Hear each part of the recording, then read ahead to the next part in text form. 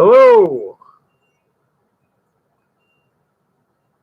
This is random retelling of experiences and allusions to Alan Watts and his perspective on mysticism, with which I almost entirely agree. Well, perhaps entirely, except that I have a little extra to add to that situation or perspective.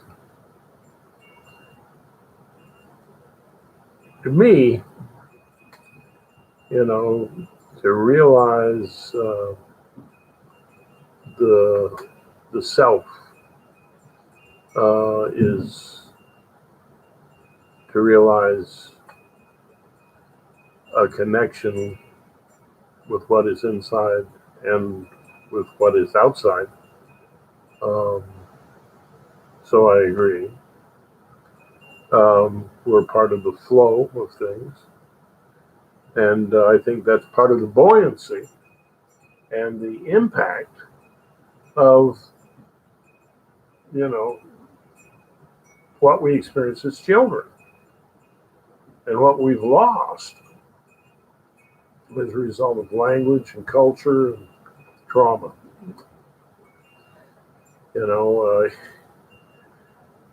I think that what makes us more defensive and more locked into the dramatic self, which Watts seemed to refer to as the ego, always on alert for how to cope, is damaged faith and love. If that's constantly there and on alert and what we identify with, then it's because we're experiencing trauma, or challenge to our survival in some way. And problem is that there are things that happen to us that, although part of the flow of life, are also traumatic to us and creates a kind of helplessness, a damaged faith in love, that in other words, that our needs will be met. And that's what fires up this illusion of a self that is so very constrained within the dramatic views imposed upon us, sometimes by social pressures, environmental stress, and whatever. How to overcome that? How to get that buoyancy back? Well, Alan Watts made a lot of fun out of glossolalia, which I believe he pronounced in a different way, glossalia, something. But however it's to be pronounced, he pointed out that it was a removal of ourselves from the constrictions of language and culture and so on. There are studies that show that when we're empathetic, the objectivity is shut off. When we're being objective, the empathy may be shut down. That's part of the problem here in this time of COVID, is that a lot more of our interactions are more narrow and objective, and our illusions are not challenged. Our self-deceptions are not challenged because of a lack of face-to-face communication, partly, and a lack of creativity, artfulness in how we approach life, ourselves, and others. Um, the path of enlightenment or true mysticism has to do also with a connection to virtue, which is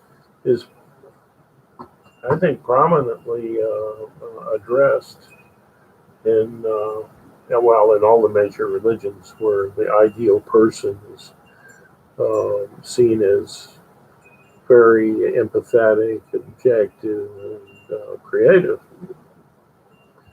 And from those things, we get virtue, um, goodness from empathy, truth from objectivity, and artfulness from creativity, the ability to see things from a number of perspectives and to put them together in helpful ways. This is these are also three ways that we get our needs met, three different basic perspectives that help us to get our needs met. And when all of that's good, um, then we're keeping that buoyancy. But life is always full of challenges, and that's the way things have to be. Without drama, you've got, essentially nothing to appreciate. So there has to be a little drama involved. And so in that drama, we sometimes experience helplessness from trauma. Well, what is that helplessness about? Well, it's the helplessness to get our needs met, things that challenge, in our minds at least, our survival. And of course, people respond differently to situations depending on genetics, epigenetics, hormonal structuring of the brain, and upraising, the upbringing by culture and parents and so on. But one thing that Alan Watts said that is absolutely essential is that we need honesty with our feelings, and that the true mystic is honest. And I mean, you act on those feelings ignorantly or violently and so on. But yeah, you're honest. Um, with that honesty um, comes the ability to embrace these various perspectives, which are actually forms of love, of meeting human needs: the creative, objective, and the empathetic. And the more we embrace those things, the more we embrace virtue. Um, so that's a mingling of these things, which amounts to a natural kind of morality in which we can grow. The problem is that in order, when we are helpless, to avoid intense anxiety, which would weaken our immune system and do us severe harm, we change. The brain itself does this. It's not voluntary. It's not something you decide to do.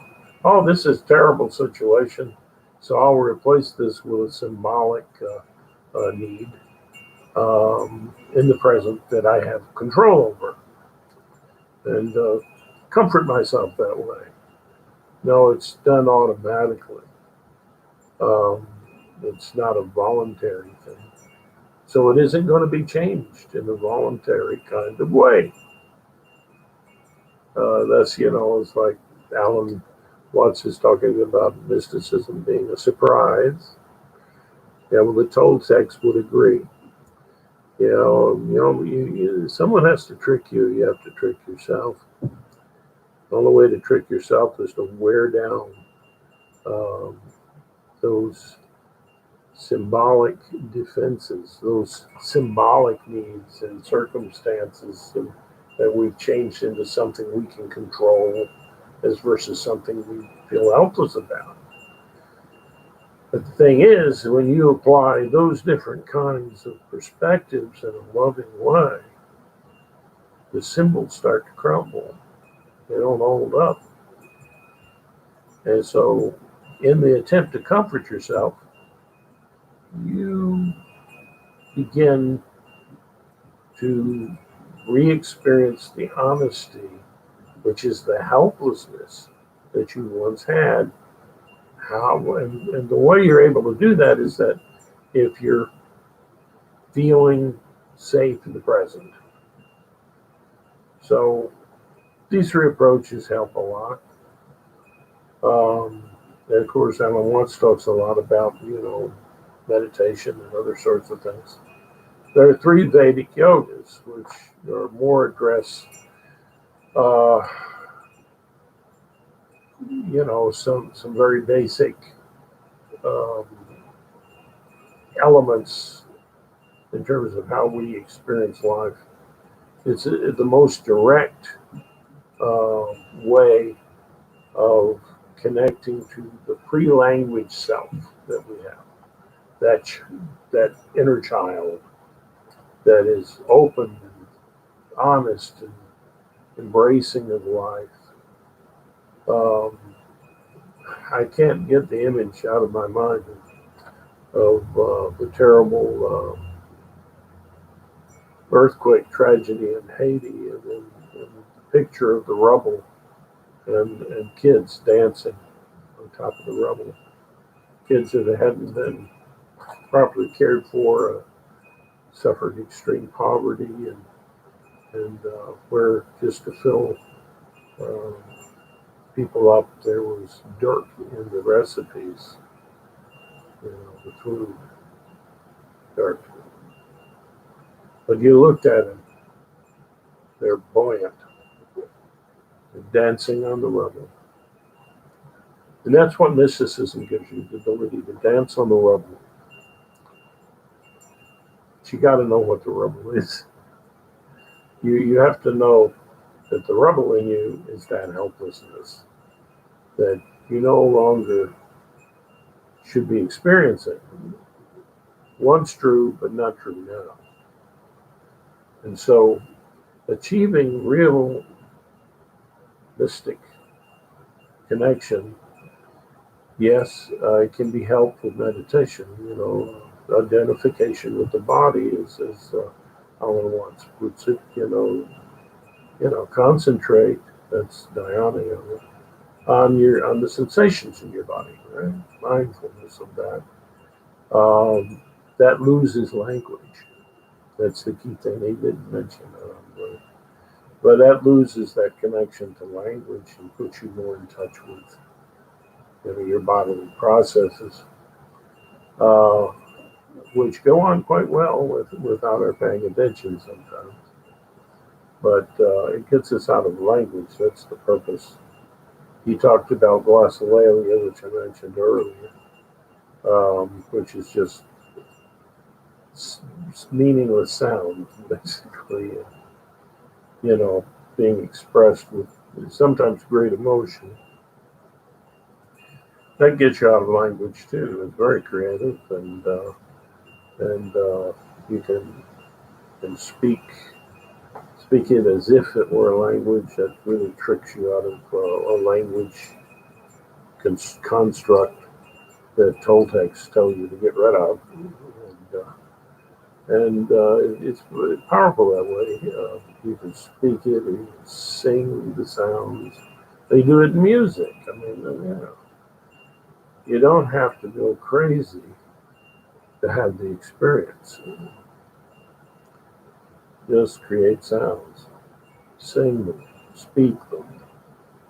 Yeah, it helps to undo those constrictions of language, which lock us into self-concepts that were imposed upon us rather than who we really are.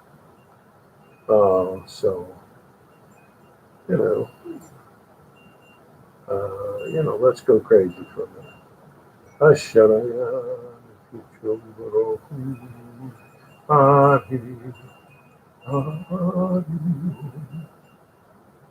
Arshava Shakti Arasati Yuanare All Sarandiran Danavesto Chimana.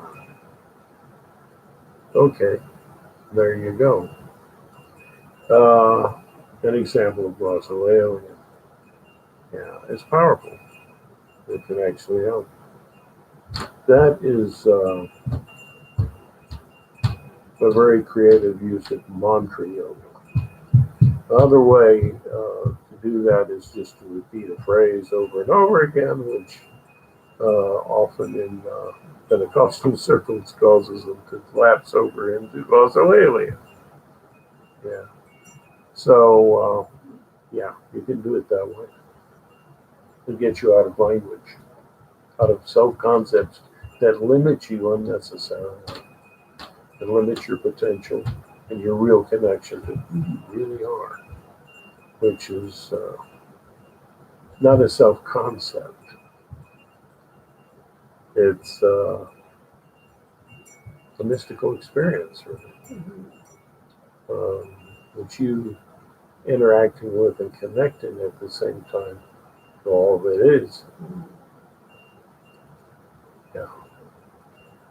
And a third Vedic approach is the use of breath, prana yoga. And there's all kinds of ways of using that for various purposes. But to get yourself out of language, I would suggest using the sounds ah, ooh, and on the out breath and the in breath with emotional feeling. Your honest emotional feeling, maybe positive, negative, whatever. Remember, it's the honesty that counts. You cannot love the dishonest heart. If you're honest, you can love that honesty will be received. That love will be received, and it makes a difference. Otherwise it's water off a duck's back. The person's not being honest with themselves. How can you love them? Because they're not honest with themselves. They're not honest with their needs, probably. We see that in politics all the time. All kinds of distracting issues. Look over here, look over there. But the people aren't looking at what they really need. And they're locked into all kinds of myths that the society pushed on them to keep them right where they are. And that's not necessarily the best thing. You don't have to have a violent uprising to change things. You just have to be who you really are and help other people to do the same thing. So, anyway, these things are important. But remember, things that happened to you before you had language are more impacting if it's trauma. Damage, faith, and love at that level is more impacting on you than things that happen today, or recently, or things that happened when you were a child with language ability. So go light. Do all of these things, but emphasize the light levels, because as you integrate the present in a more loving way, it will help you to integrate those experiences you had as a child where you felt helpless. And that in turn will give you the ego strength, the sense of comfort and safety to go even deeper. So all of these things, yeah, you can use them all together at the same time. The more you use them all together at the same time, the more powerful they are. You spread these various approaches out, it weakens it a little. You're unique. Fashion that to what you need and what you're able to do. Nobody knows what you need to do. They can teach you techniques, ways to approach things, give you a general idea of how to do things. But it's up to you to finesse that and make it part of your life. And is total honesty always the best thing? Well, when you're actually helpless, total honesty can be very stressful. And, you know, when you're being an unreal self, and that's your livelihood, you're dependent upon, say, some irrational group or whatever. You have to grow gradually. You have to get friends around you that support you and that really feel for you, and as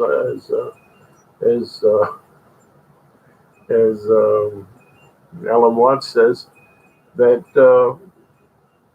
are honest, people who honestly love you, and you have to grow that in order to do some of the other things that you need to do.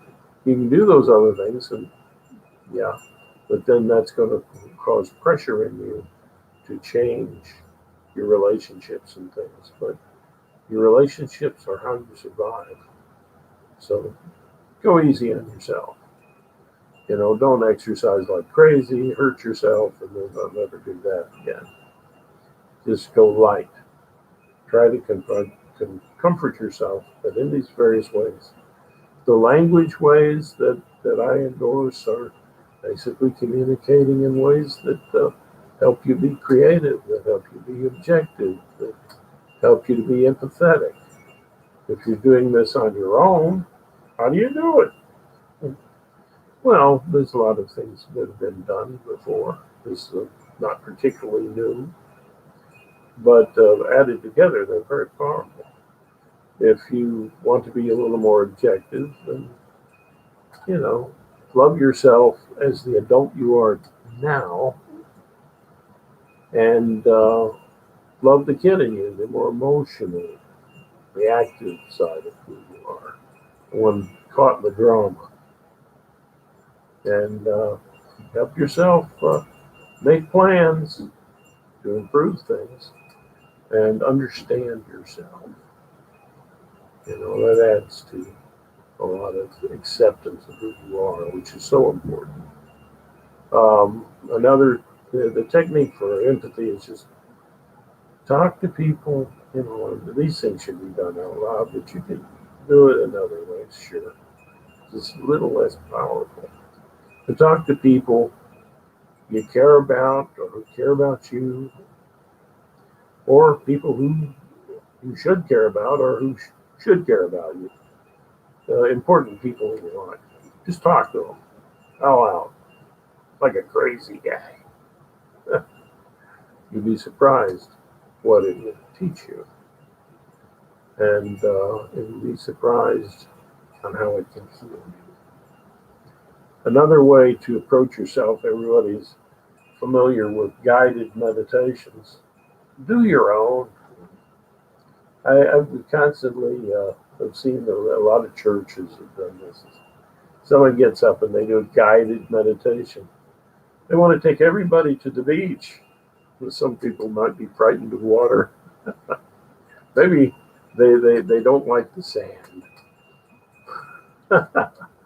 you know, it's not one size fits all with that.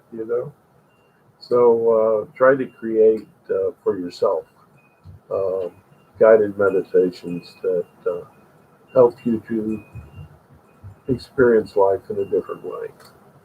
And maybe that involves also in your daily life, trying new skills, so painting, poetry, whatever that helps you feel more creative. But remember that creativity depends on seeing things from a lot of different perspectives. So try not to be like a horse with blinders, you know, take it all in, which I of us.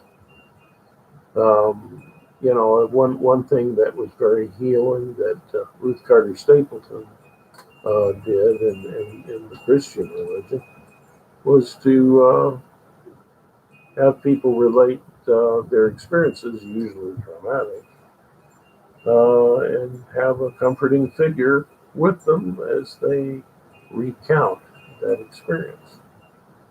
Well, some say that's just not enough. But I find that it helps. And she found that it helped.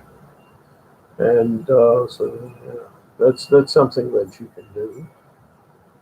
And when you do that, it's amazing sometimes what you experience. I'll give you one example of how that worked for me. I usually talk to the creative side of me by saying, show me what I need to see. Let me hear what I need to hear. Um, and then kind of wait in silence, see what pops up. And sometimes that works. Sometimes you can take an active role and says, I want you to see it this way.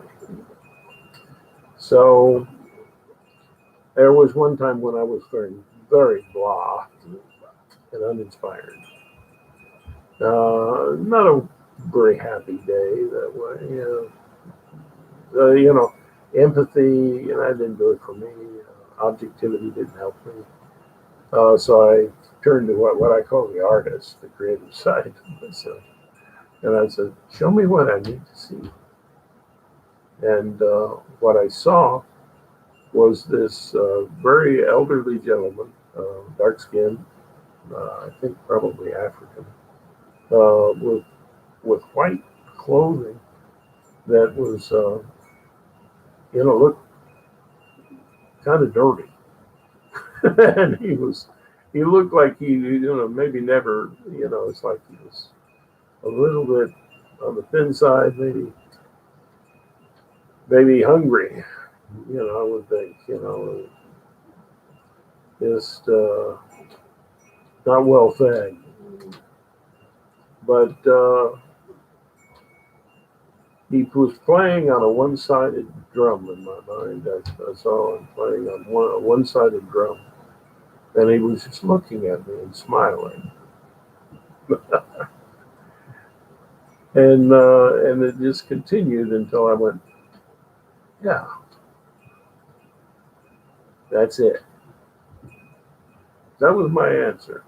And the rest of the day, I was open to be surprised.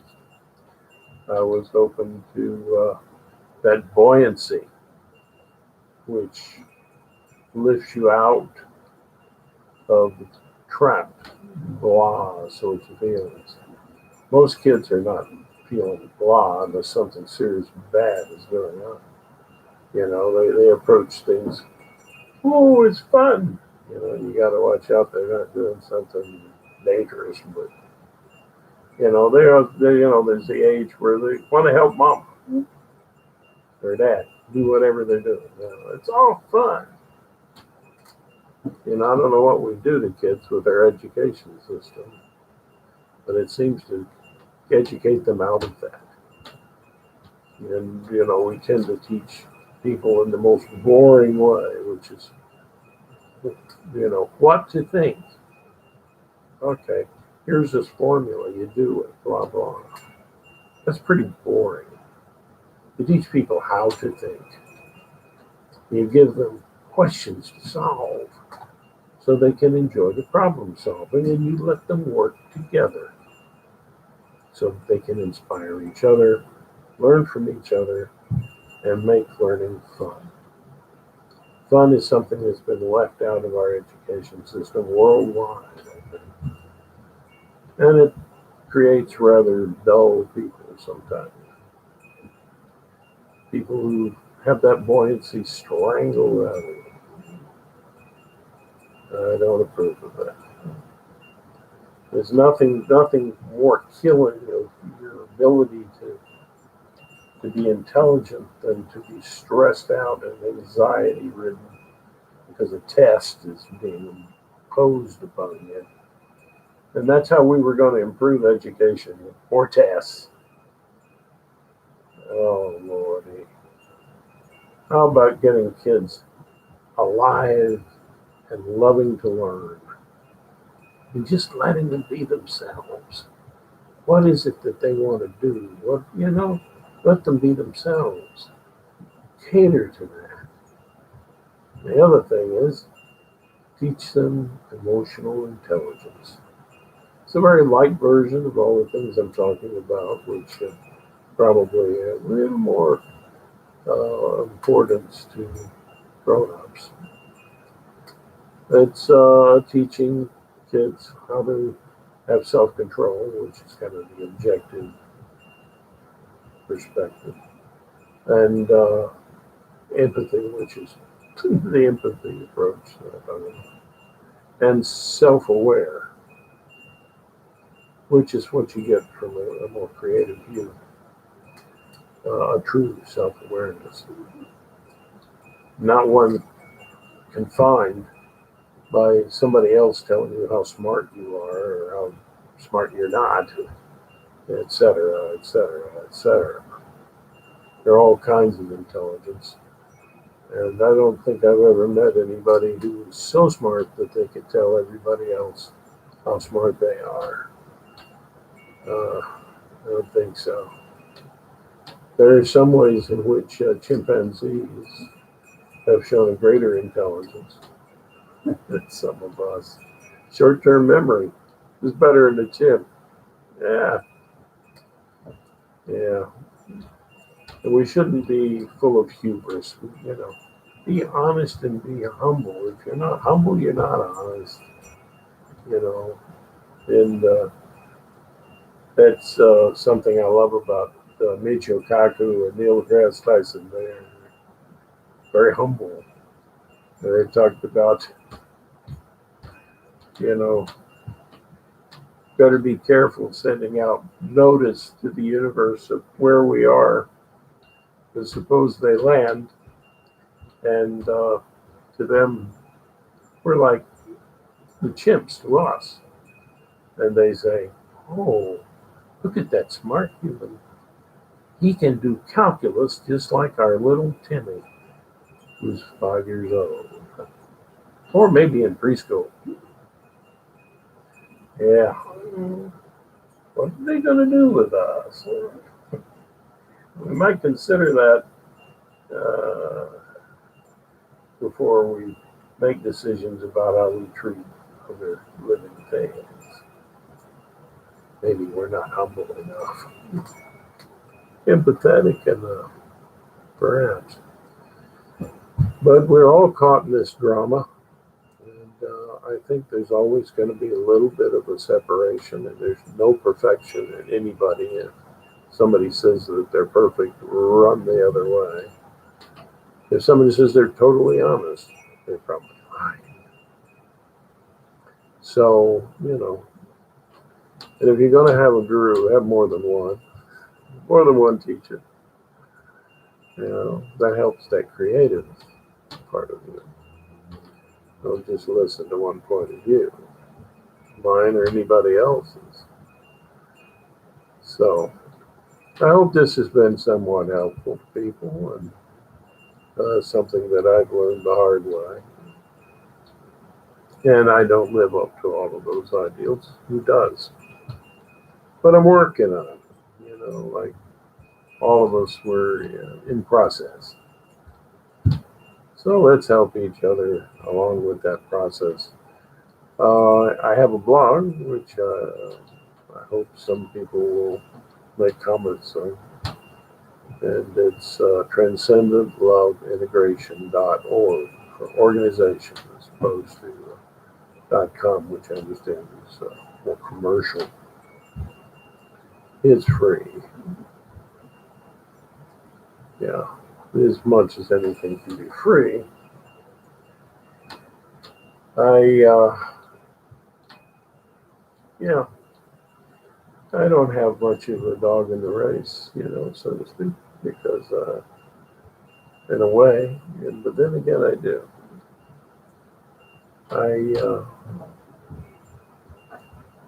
At my age, I'm trying to replace myself. Well, that's what we all do. That's how we have, when we have kids. But I think it's our goal, as we get older, to inspire the next humans to be themselves. to love themselves and to learn the ways of love so they can love others also. And forgive others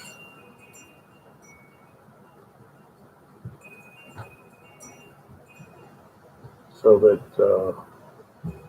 they themselves can perhaps be forgiven. There's a lot of, there's a lot of turmoil going on right now, politically and so on, where people are over talking each other and not really connecting to the core buoyancy and wonder that each human being is. You know, you meet people and the first response, unless they're very defensive sorts of people with a lot of hurt in them and anxiety, uh, in that case, it should draw our compassion. But the first thing usually is that you want to smile. There's another human being, like children do, you know. And if you ever notice that if a child looks and you smile, they smile. And if you fail, they look sad. But don't do fake smiles. Just learn to love and be honest. Then your love will have great meaning and impact. So, anyway, that's my random speech. I hope it's been of some benefit, or will be of some benefit to others. And, okay. Namaste.